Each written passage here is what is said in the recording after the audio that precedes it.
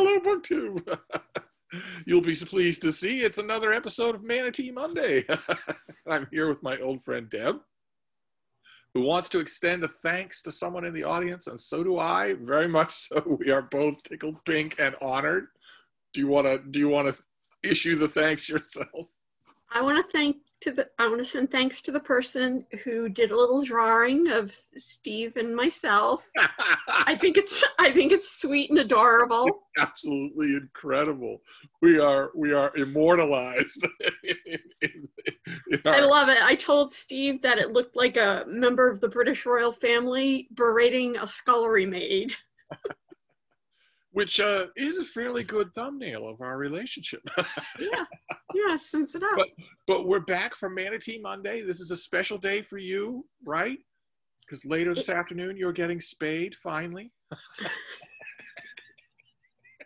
It's about Thank time. heavens. No, later on today, I'm getting my second vaccine. Now, when you got the first one, you told me you had almost no discomfort, just a minor amount of soreness in the arm. But that's yes. All.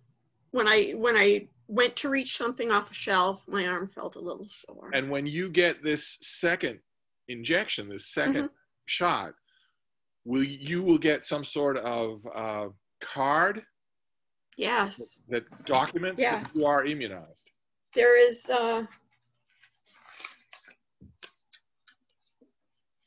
little cards. Now see, if you had been a man, and if therefore you had memorized the great, fantastic movie Blazing Saddles, then when you just did that and reached for that card, you would have prefaced it by saying, "Excuse me while I whip this out." But because you're not a man, and because you therefore haven't memorized Blazing Saddles, you didn't say it. Perfectly good opportunity wasted. And I can't say it because I'm not wearing pants. We talked about that, Steve. I talk about precious little else. Yeah, that's true. What will that card mean? I don't know. Oh, you don't know? Okay, so I don't know. They suggested that I laminate it. When I had my first shot, they suggested that it be laminated. So I assume it's going to be something that will be handy to keep and have on you. But why? I don't know. I don't know. I've been trying to figure that out myself. What would be the use of it? Not the use of getting vaccinated, but the use of having a card. I know there was somebody that was talking about how their favorite band was having a concert and only letting in people that had the cards. No kidding. That had been vaccinated.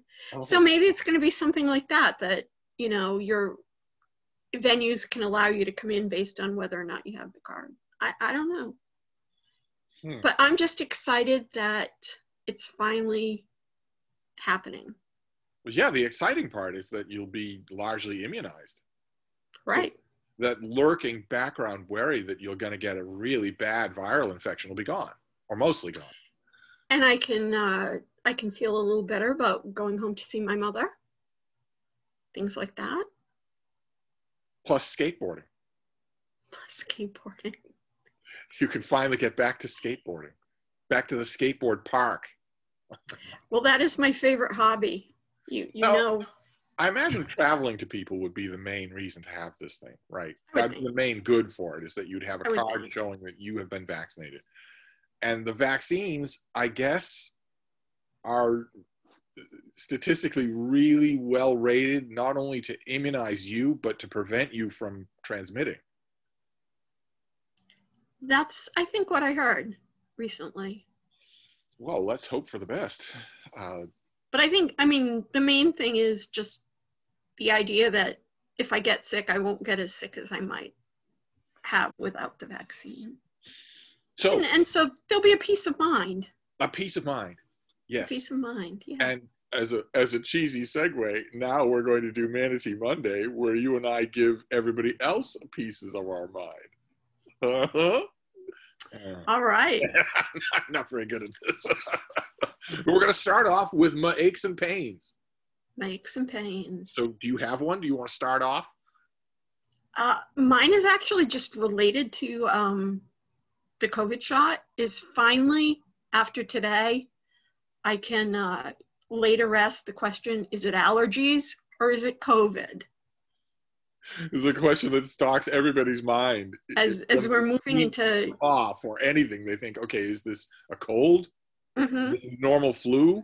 Or is this going to cost me $170,000? Right. So as we're moving into allergy season, it's starting to ramp up for me. And Yeah, you that will won't be a little, thing I don't have to worry about. Like, you won't have to worry even if it is COVID, because it'll be minor. You certainly won't go to the hospital with COVID if you've been vaccinated. let's hope. Yeah, let's hope. Well, my ache and pain is my hands are aching. You were having trouble last time. Yeah, your pinky. Well, it was just the pain, right? It was just the little finger last time. Now it's my hands, my fingers, and there's a sort of a gnawing ache, and it happens in advance of and during a change in weather. Oncoming hot weather, oncoming rain, especially it's raining here today. Do you think it's arthritis? I'm thinking that it's arthritis. It acts exactly like arthritis. Mild, but still, at 28, it's not anything that I expected. No, you're going to have a rough future. It's just freakish. What am I going to do for the next 80 years? Yeah. Fortunately, it doesn't really affect typing at all. Oh, that's good. I notice it, but it's not painful enough for me to think, okay, I don't want to do this. I don't know. I've always wondered about it because me sainted ma had arthritis, and it caused her fingers to just eventually her fingers misshaped with just my mother's hands are that way. Yeah, she used to talk about that. She used to show me one of her fingers and say, "Look at this crazy finger. It's like this last knuckle." Yeah, is like, yeah. That's and I noticed, my mother's hands. I've noticed for years. I don't know if you can tell, but this finger right here is already doing that. Oh yeah, that's as straight as it gets. it's already doing that compared to the other fingers. So I'm naturally thinking about it. So that's my ache and pain. It's not really. It's more of an ache than a pain, and it's usually not there. But it's a rainy day today, as you can tell from the totally deflated bean up on the couch. Yes. She hates the rain. It's not oddly enough going out in it. She hates even the idea of it. When it's raining, the terrorists are winning in her mind. Yes. Yes. Lucky's probably the same way, though, right? He won't go. Lucky hates it too. He's actually in daycare today because I have to go get my shot. But is this the same daycare that he got kicked out of? No, he didn't get kicked out of it. No, he's good there. Have a juvenile delinquent record? Hasn't he been kicked out of daycare? No, he's fine at daycare. Is that another one of your little dogs that I'm thinking of? My dog Reese was kicked out of obedience training. It was Reese. Yeah. Little Reese, who was obedience training obedience training dropout delinquent. Yeah, they after one session, it was like a group session. After one session, they took me aside and they said, "Look, we're going to refund your money. This is not going to work for her. You know, if you want to do one-on-one training, that's a different story." But yeah, she was my little delinquent. Well, I adored her though. Okay, let's move on to stories. My stories. What's your story today? Well, there is, despite Matt Gaetz making a grand attempt to divert attention, isn't there only one story, which is the trial of the murderer of George Floyd? Well, you see, this is where we're going to be a little bit hamstrung in these Manatee Mondays by the fact that we're basically the same person, because I was going to say, if I'd opened with my stories instead of you opening with it, I would have said, despite the efforts of the Derek Chauvin murder trial to derail it, the story is actually Matt Gaetz. Mine is Matt Gaetz, so we have the same brain.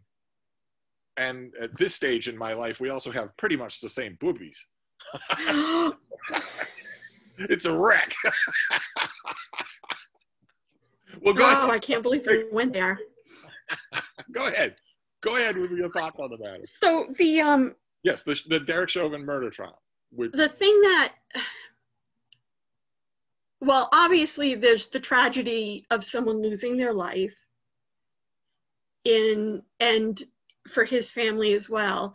But I also am very upset by the victims, not the victims, the onlookers who have now have a lifetime of guilt, and the amount of guilt they feel over something that has nothing, not their fault. Do you know what I mean? Like, I know what you mean. I don't agree with you, but I know what you mean. If you're standing there watching someone begging not to be killed and you don't do anything, it is your fault. But I realize the objection to that will be you can't charge an armed policeman. Well, that's the thing. I mean, I think it's a little different. It's your moral duty. Of course you can charge an armed policeman if you're watching him kill someone. I think there's a difference between just a citizen, a general onlooker, and the other police that were there, the other police didn't do anything. The other officials, yeah, you know, the EMTs, etc. I think they have a different culpability in it than just somebody onlooking. Because I don't know how I would react in that situation of seeing a policeman doing something horrible like that. You know, it would be different than seeing, you know, two people. You know, I think there's. I understand what you're saying. I just don't see it myself. I mean, do you rush an armed policeman? Like, it was cold-blooded murder. You could look on Derek Chauvin's face and see that he knew what he was doing and that he knew why he was doing it. He knew the outcome that he wanted. I don't know that in that situation, I'm not sure that I'm willing to totally exonerate the kid who filmed it instead of pegging the camera at the cop. But I guess the filming in a historical sense is probably much more important, right? Because it was the film that caused the right. So what do you think the chances are that he gets acquitted? It's acquitted on all charges. It's really hard to say because it's so clear to everyone watching it. Mm-hmm. And yet this is America. This is America, yes. And how many have we seen? Traditionally, police have gone free after committing murder. What do you make of the defense? I'm sorry? What do you make of the defense that's being mounted? Well, from what I've seen so far, it's pretty pathetic. And I haven't been watching. I haven't been focused on it. So I don't know everything that's being said and done at the trial. But I mean, I heard one of the defenses was that, you know, people were yelling at him to stop, and that it was distracting him. It's distracting him. And I just think that's ridiculous. But there are two serious defenses. They aren't Which serious are? Because we all saw it. You're right. We all saw what we saw. But this is the Trump era, where the main argument in any circumstance is going to be you didn't actually see what you saw. We are in full 1984 mode, where a standard thing that any public figure will say is you didn't actually see that. So you know that's going to come out. But the two main defenses are, number one, that George Floyd was complaining about not being able to breathe before the cops got there.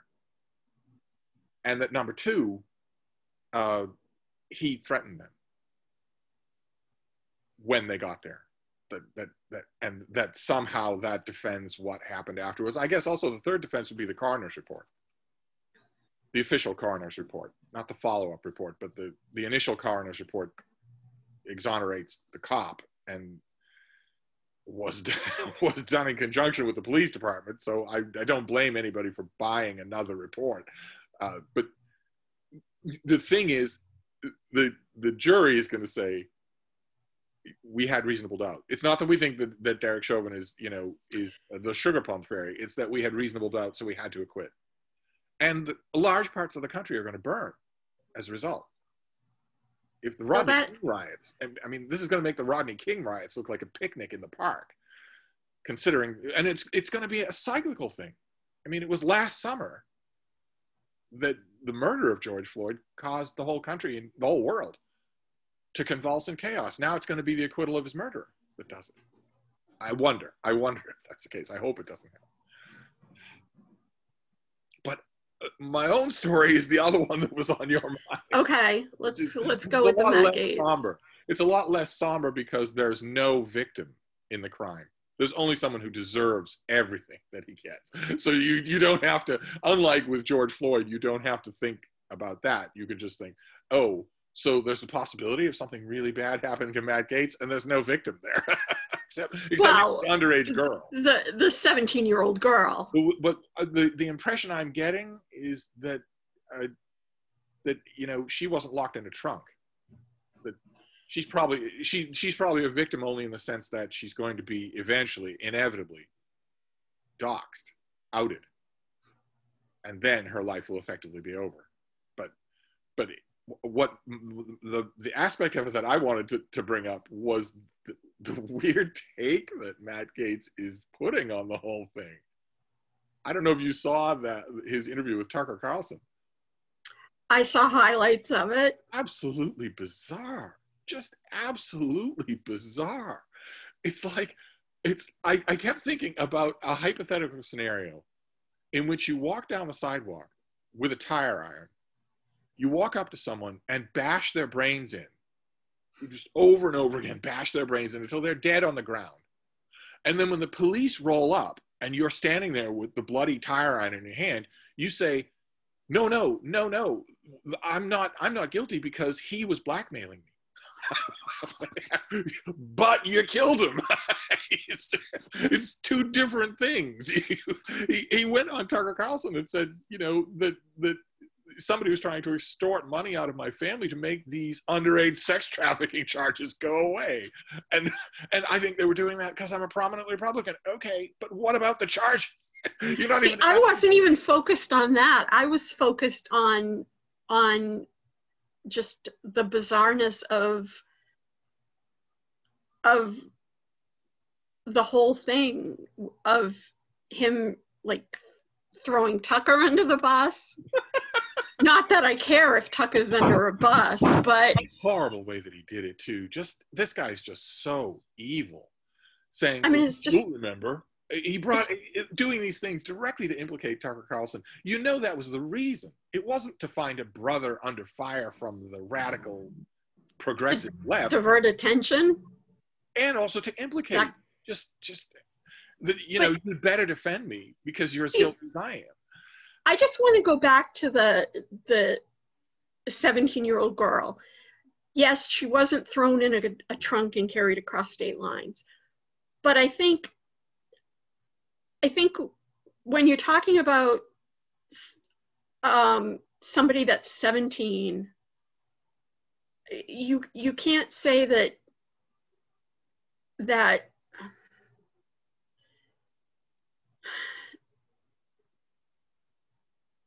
I think they are the victim.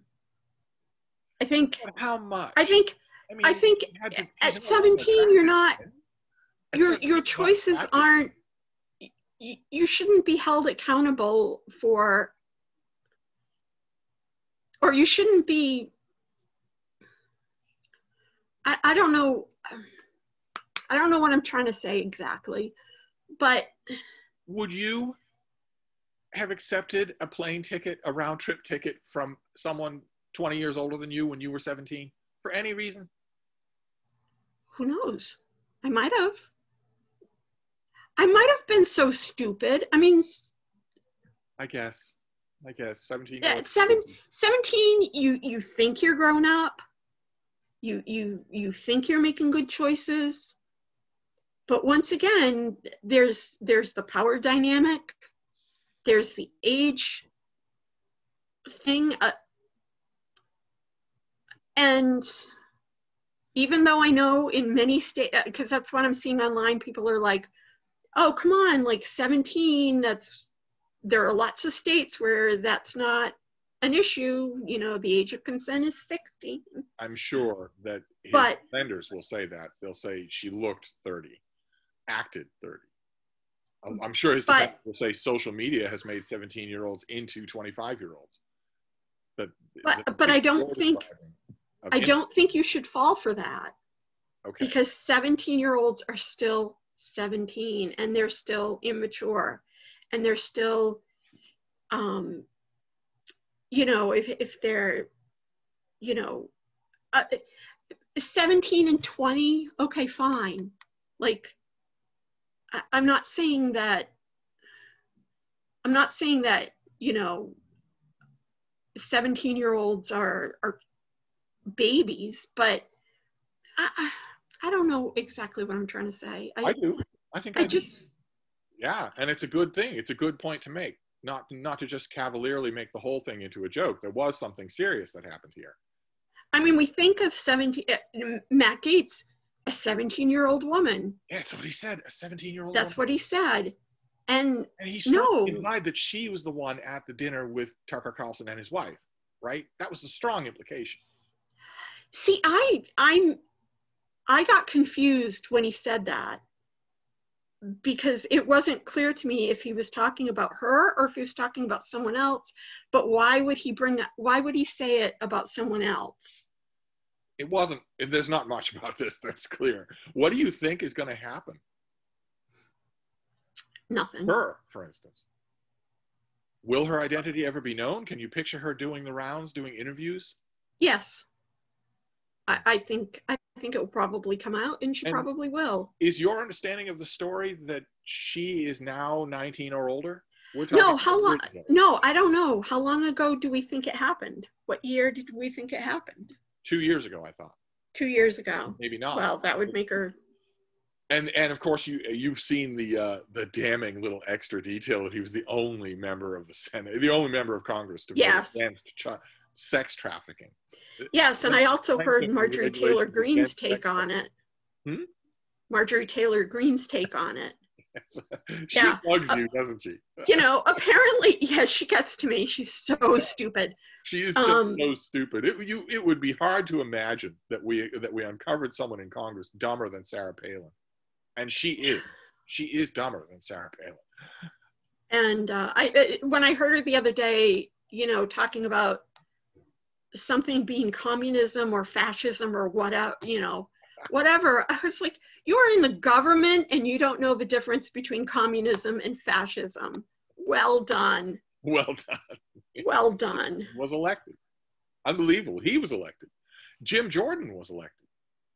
Talk about child sex trafficking. God, I don't think his hands are clean at all. No. The scandal that he had to have known about. And it kills me. They're all buddies with each other. It's just so disgusting.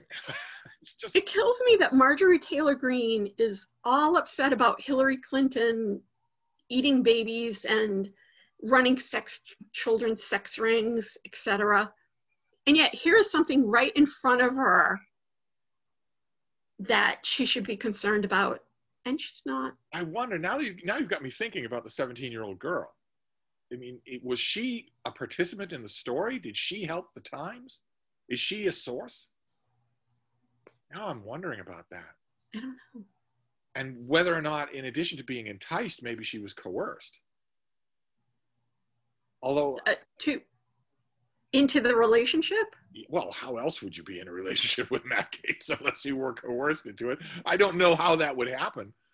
But I guess in the eyes of the law, coerced and induced are the same thing when you're underage, right? It's just verboten when you're underage, regardless of what it is. Yeah. So do you think this is the end of him? To indulge in a little wishful thinking? This is the kind of scandal that people usually don't come back from. And wasn't he talking like a week or so, 2 weeks ago, he was talking about doing something else. About leaving Congress, about leaving Congress and taking a. So he must have known it was coming. That's what I think. Well, we were clearly thinking about the same stories. Yeah. Well, those are the two. Those are the two things. Those are the two things that are happening in America today. And boy, oh boy, if they aren't a microcosm of America today, I don't know what is. But the only thing that's going to be worse is what both of these stories are like next week. You can easily picture that both of these stories will be worse next week. How long is the trial expected to run? I don't know. I don't know how long it's expected to run, but I am expecting it to end in an acquittal and riots, massive riots. And that it's just such a leaden weight in the stomach to think forward and think how, like you say, this is America. How likely is that? How likely is it that he's going to be convicted of first-degree murder? Well, and you make a good point about the jury, about the jury might feel, yes, he did it, 100%, he's guilty, but legally, under the law, right, is he? The jury is going to be, they're going to hear over and over again that as affecting as the video that we all saw is, you have to basically ignore it and go by forensic facts or whatever. I have no idea why. I have no idea why in the 21st century we've just continued to tell people you have to ignore this contemporaneous, completely verified recording of the crime happening. I never know why we do that. I don't know why we do that in the 21st century. I've served on 2 juries, and yeah, I can see that. I can see where on both juries that I was on, we felt one way, but legally, you had to. Yeah, I don't understand it. The Boston Marathon, follow what the law said. The Boston Marathon bomber was called the alleged bomber. The whole time that his trial was taking place, he was called the alleged bomber. When he was filmed at the scene of the crime, he was filmed smiling. He was filmed running from the scene of the crime, and he admitted to it. And yet, all during his trial, he was called the alleged bomber. Well, except for the admitting part, it was alleged. He was filmed at the scene. He was filmed smiling. He was found, a bloody mess in someone's back boat, scrawling Islamic propaganda. He was he was the brother of someone whose body had already been identified, the body that he ran over. And he confessed to the crime. And yet he was still being called the alleged bomber. Until 12 people who couldn't get out of jury duty say, yeah, he's the one. And I don't get that at all. I think that does more harm than good. I really do. I'm not advocating some sort of public opinion kangaroo court, but Derek Chauvin is guilty. Oh, he's definitely guilty. He's guilty of murdering George Floyd because we saw him do it. And for that amount of time, my hobby horse, Donald Trump, is guilty of insurrection against the United States of America because we saw him do it. Sorry. Well, I'm talking to Steve. Oh, okay. Your appointment's at 2:30, right? 2:15. Okay. All right. Bye. I was afraid that was going to happen. I'm so sorry. I'm so sorry, BookTube. I'm so sorry, Steve. You don't have to apologize to me. They don't get interruptions from me because nobody calls me. I'm not cool. Well, it was just my housemate checking in on what time my appointment was, so it was something I had to take. So I'm so sorry. It doesn't matter anyway. We were done with my stories. We should move on to books. Books. Uh-oh. This doesn't sound good. Is it bad reporting on the books front for Deb? It's very bad reporting. Oh, Mrs. D. Are you in however long ago our last Manatee Monday was it like 2 weeks ago? A while ago. Yeah. And I was reading a dozen emails a day saying they want a Manatee Monday every day, if that's any consolation to you. The Case of the Missing Servant was what I was reading 2 weeks ago. It's what I'm still reading. Oh. And I'm only that far into it. So what's going on? Are you in a reading slump? I just am not, and the thing is, the bit that I read, so 64 pages that I read, I absolutely loved. It's a Deb book. Absolutely. It's a Deb book. I absolutely loved it. So why? If you love it and you have the time, why haven't you been reading? So why is that only as far as I've read? I don't know. Why is it? Why? I don't know. I don't know. It's just, I'm just like, I should read. And sometimes I want to read, and then I go do something stupid. In the 1920s, every time you had a reading slump, it was Gertrude Stein this or Gertrude Stein that. What's your flimsy excuse now in the 2020s? YouTube. It's YouTube. Oh, you're throwing my audience under the bus. It's YouTube. I just go from video to video to video. Here's a video about fairy tales. Let me watch that. Here's a video about. I want to make a YouTube recommendation. I have come across clips of that. I guess it was a children's show in Britain called Horrible Histories. If you watch some of the Horrible Histories, it's I love it. But in place of reading, I mean, a little bit I can understand, but in place of reading, I know I suck. I don't know. I don't know why I don't read. I wish I did. It'll come back though. Oh God. Well, it's been a long time. Oh. I watched a video just this morning that made me think of you. An animal video God, what? in which a really friendly pit bull tries to win over the trust and affection of a pair of guinea pigs. And eventually succeeds. Eventually the piggies drop their guard and are friendly around the pit bull, and it automatically made me think of you. Oh, of you and your piggies over the years. Oh, I know. And that great moment at the book barn. I'll never forget that moment at the book barn. Not the main place. The book barn's, for those of you who are watching, it's a huge used bookstore complex in Connecticut.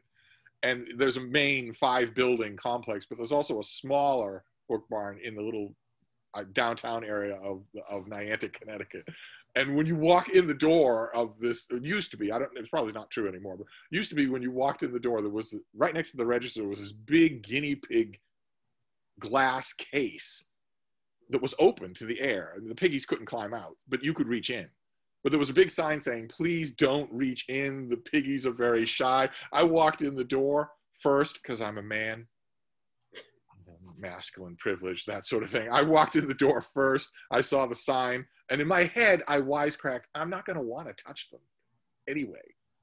And I walked past the register, past the glass case towards the books. And then I thought, oh, wait, but right behind me is Deb. And Deb has guinea pigs. Maybe she's going to ask if she can. I turned around and you had one in your arms. And it was contentedly eating from your fingers. See, they handed it to me. I didn't reach in. They handed it to me. Oh. Here, would you like to hold this guinea pig? And I was like, yes. That's pretty much. They sensed it.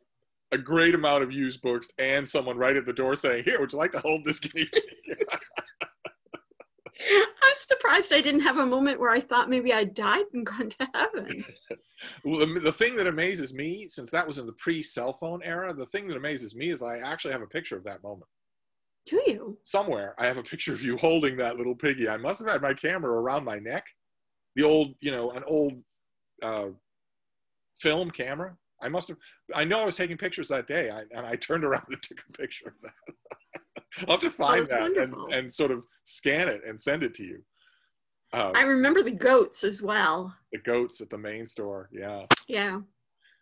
And there, for a time, I don't know if it was still true when you went, there was a dog a main dog that greeted everybody, but then that dog grew older and older with every visit, I finally don't died. remember. There were goats. There were a huge number of cats. Oh, God help. I miss the book barn.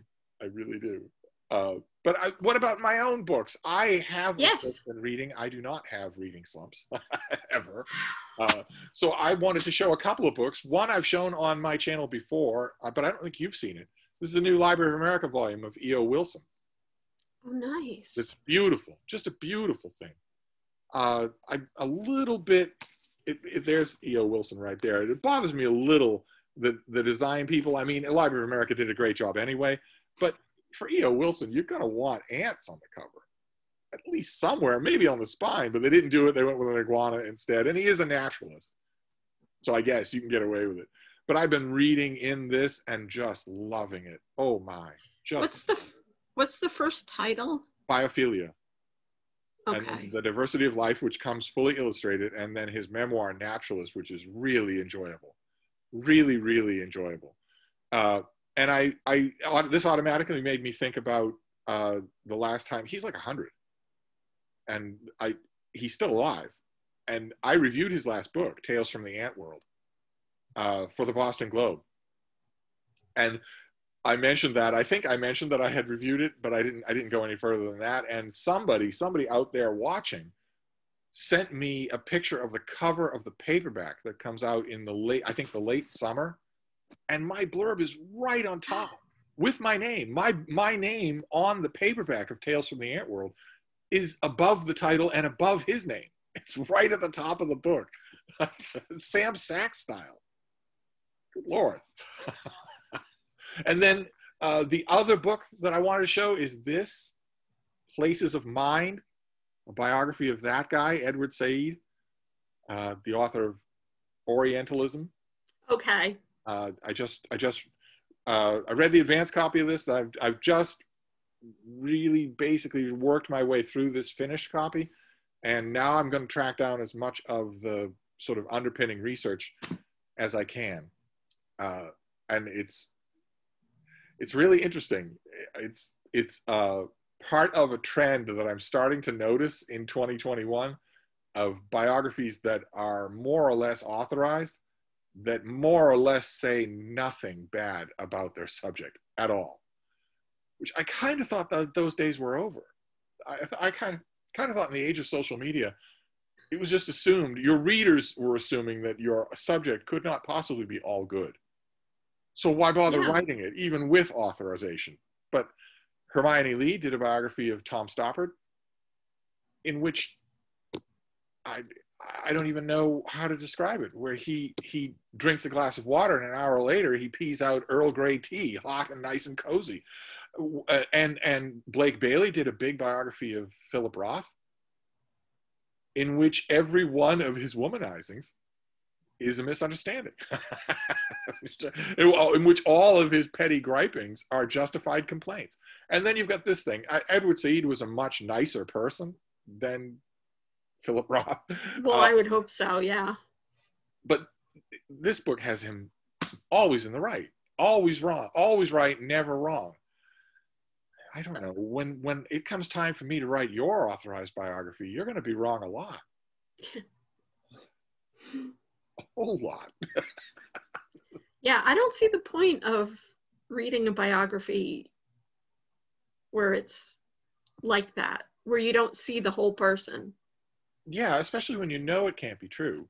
I mean, Said had to be bad, short-tempered, petty, vengeful, or maybe he wasn't. Maybe he never was. Unlike Tom Stoppard and unlike Philip Roth, I don't know anything about Edward Said's life. So, but there's got to be something. There's got to be some scandal somewhere.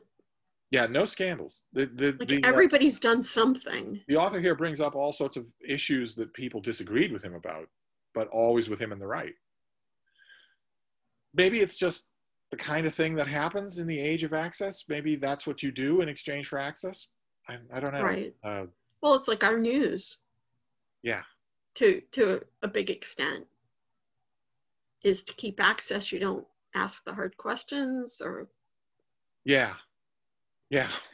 Where what was it? Who was the reporter for Axios? Jonathan Swan. did an interview with Trump about the pandemic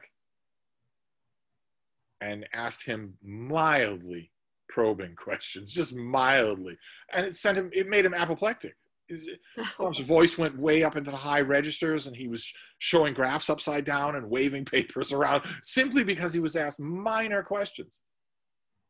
Oh, did you see him at the wedding in Mar-a-Lago? That. Yeah, I have no idea. That was just lovely. When I think about the footage and the interviews and the statements that we've seen from him since he incited a violent insurrection to overthrow the United States government, execute his own vice president, and install himself as a dictator. And I have no idea why we're saying those things as sort of parenthetical, positive phrases, instead of saying them about someone who's in jail facing a firing squad. I have no idea how we have reached the point in American life where we can just add that as a little appendage. Oh yeah, Donald Trump incited a violent mob to breach the Capitol, execute his vice president, nullify an election, and install himself as a dictator. Oh yeah, that Donald Trump. What do you want to say about him? That should be the end of the conversation, and it should be the sole business of government from now on until it is resolved, until he's either in jail for life or in front of a firing squad. The firing squads that he wanted to bring back. But every time I hear a statement from him or I see a piece of film footage, since he was ousted from power, Pinochet style, I think, how can any of his supporters think that this guy is going to run for president in 3 years? If this is what he's like now, what's he going to be like in 2024? How on earth can anybody think that he's going to run for president? And then I think maybe the whole process of running for president will be so cartoonized by then that he'll fit right in. Yeah, who do you think we'll have in 2024? Best case scenario or worst case scenario? Let's go with worst case. Well, we're not talking Democrats, right? I think it's going to be Marjorie Taylor Greene. She would be your worst case. Good Lord. Oh my God. Your heart rate would be through the roof for 4 years. She'll probably run. But I think even she is just too cartoonishly stupid for America. I just have to. I don't know. Well, okay. In terms of your worst case scenario, whether it's her or not, I feel certain that the person that runs for the Republican ticket in 2024 will be a vocal supporter of the violent insurrection to overthrow the government in order to keep Donald Trump in power illegally. So it will be Jim Jordan, it will be Ted Cruz, it will be especially Josh Hawley. It'll be Madison Cawthorn from his FDR-esque wheelchair. It'll be one of these people. The only race we're in terms of figuring out which of these people it will be, is the race of which of them isn't in prison by the time 2024 rolls around. Because a lot of them could be. So you're just gonna have to wait and see which of the, but I believe the best case scenario for the Republicans would be Mitt Romney. Believe it or not. I never thought I would say it. I know. But nevertheless, the best case would be Mitt Romney, an ordinary person, liked by dogs, liked by children, all earthborn living organisms who have not been cultified, sort of take an instinctive step back from Donald Trump. Like when you encounter a frog on a tree and it's really bright yellow, you know that's nature's way of telling you that it's poisonous. All living things that don't have their brains washed take that step back from Donald Trump. There are like clip reels on YouTube of whole Noah's Arks of different kinds of animals being repulsed by him. Upon first contact, being repulsed by him. The guinea pig in Niantic would have bitten him. No, chewed its way to freedom. Oh. My biggest fear, well, not my biggest fear, obviously, but I was so afraid when he was in the White House, somebody was going to convince him to get a dog. It would never. Because all presidents have dogs. I was so afraid that would happen. Yeah, it'd be a miserable existence. That's why you were afraid, right? Because you were thinking about the dog. Oh yeah, I was thinking about the dog. And how miserable it would be to be the kept possession of someone. To be Donald Trump's dog. Well, so you feel that way about Melania. Yeah, yeah. I do kind of I think pity it's her. I know intentional, I but shouldn't, there but I is an do. element of pity. Definitely, there is an element of pity. I mean, she chose it. She chose it with her eyes wide open. But I mean, no one had a gun to her head saying that Obama was not born in America. She spent years doing that on her own. Oh yeah, she's a horrible person, But but for the Democrats, I'm pretty sure that it'll be just Kamala Harris. That I would imagine. just be a coronation. And I Oh, don't can think you imagine? Can you imagine a debate between her and Marjorie Taylor Greene? you can't get Marjorie Taylor Greene off your brain, can you? Well, of course, I on the can't. She's Democrat, everything I hate in a person. yeah, You know, the fake Christianity, the Christianity, the strident stupidity, yeah, the bowling, stupidity, yeah, the the total lack of interest in her job. yeah. That's another thing that always seems to bother you, is professional incompetence. And not just her. I mean, it always seems to bug you when somebody in a job doesn't understand their job. Yeah. And has no interest. Like I get, you know, you take a job, there's a certain period of training or whatever, but when you just don't care enough to even learn about your job, that just, yeah, I have no. I don't know if it doesn't go to. Of course, I would like Elizabeth Warren to be president of the United States Mm-hmm. more than anybody. Of course, I would. But I understand why the Democratic Party wouldn't want to run her, because she's so polarizing.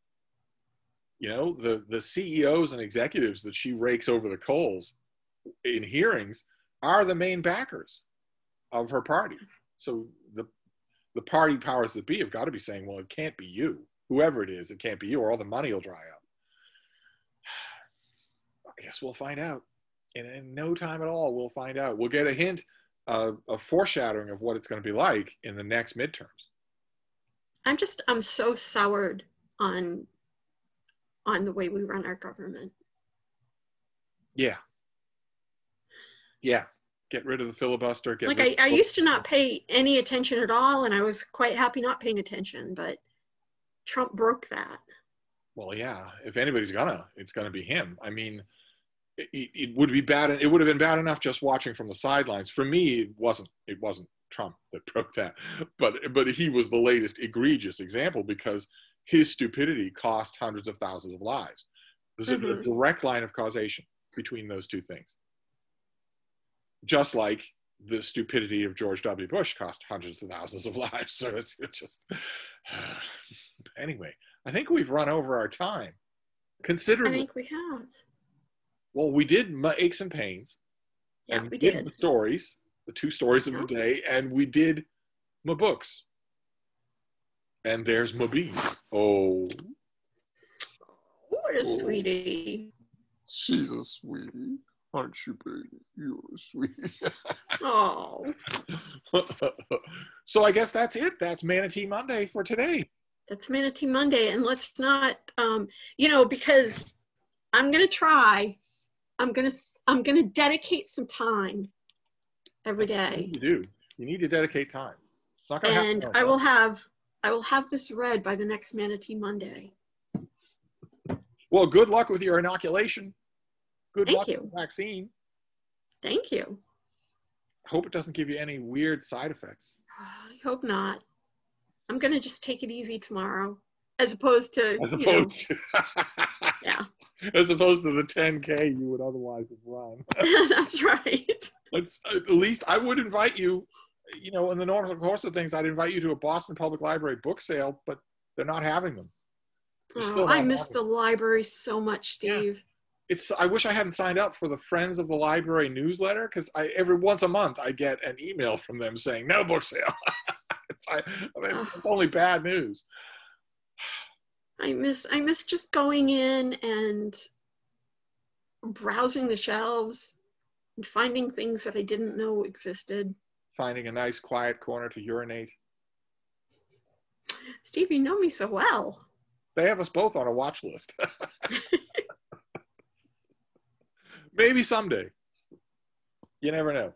When 70 or 75% of the adults in Massachusetts have your little laminated card, Then maybe. then maybe. Or maybe we'll never get to the point. Well, I don't think that's true. This is just a respiratory virus. It's a bad one, but it's just a respiratory virus in a family of respiratory viruses, which means that if it follows the pattern of all other respiratory viruses, it will get a little bit weaker with every season, the more it becomes endemic to the human population, and will become just another background thing.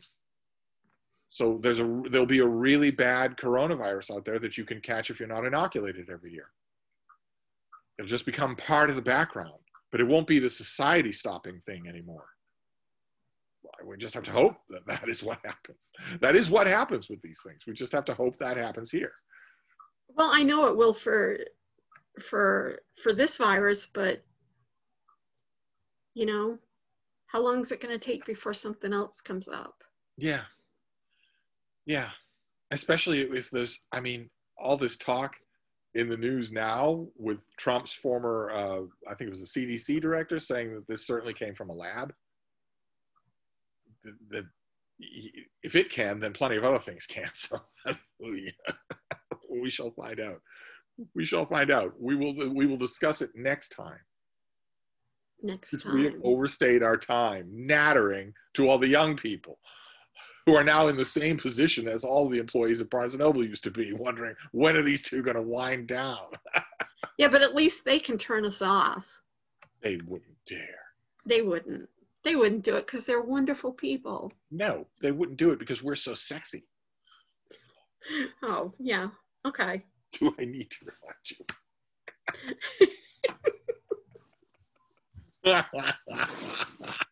All right, I'm going to take the outside.